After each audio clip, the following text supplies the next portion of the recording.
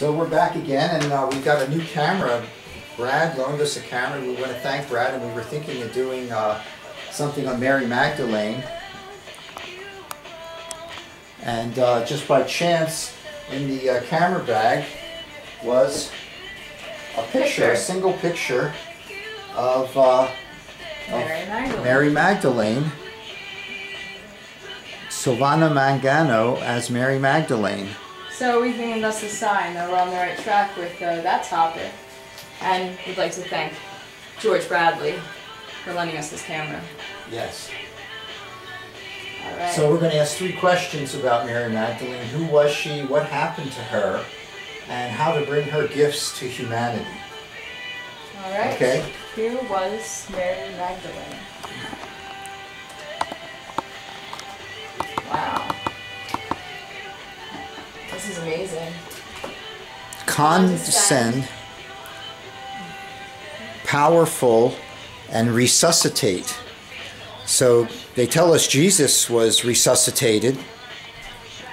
And there are stories that Mary Magdalene actually brought people back from the dead. Yes. Like Jesus did to Lazarus. Right.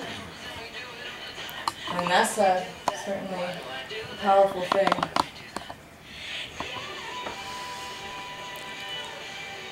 And we have pink that came up. What's that? Of her resuscitating dead people? Or at least it happened once? There was one story. Yeah. Plus, and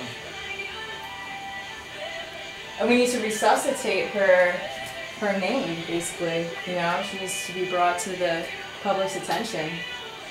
Because she doesn't really get much credit for what she did. Much positive credit, you know. So, and people are condescending towards the idea of her because of the rumor that she was a prostitute, etc. So, and you know, people are condescending towards women. Well, men typically are condescending towards women. And when you look at the Christian religion, it's all men. In terms of the church, they totally left out the gospel of Mary Magdalene. And it's very male-centric. and she descended. And she ascended. And then she ascended. There's stories that she ascended as well. Oh my God, look at this. CPR. And it ends with resuscitate. How funny is that? Oh my God, that's amazing. That's hilarious. Condescend, powerful, resuscitate. Wow. And perhaps she has some descendants, right? That's another... Oh, her descendants. Right, they're powerful descendants. That's all the Da Vinci Code is that she had children with Jesus. Makes you wonder. I kind of like to ask one more question about who she was and just kind of squeeze it in up there. All right. Seems to be a juicy topic. Did you see that? CPR, so funny. Alright. Looks like the internet is stalled again. Uno momento, por favor. Should I click it again? Let's see. Yeah. No? Oh.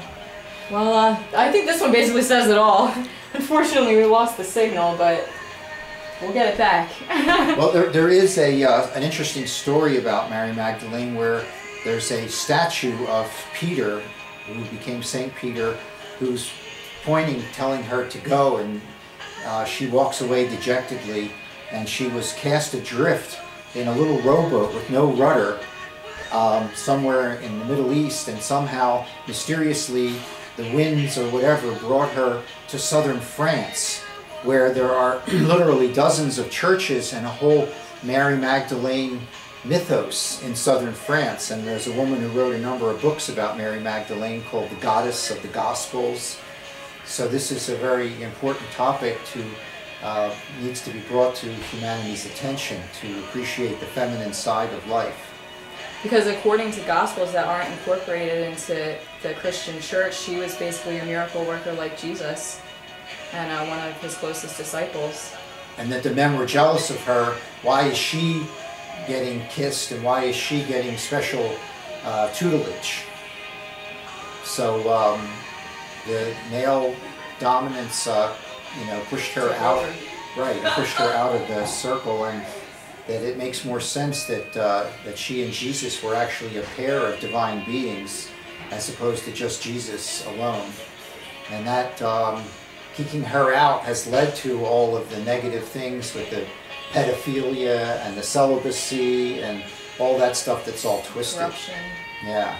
So when we get the internet working, we'll come back with these other questions.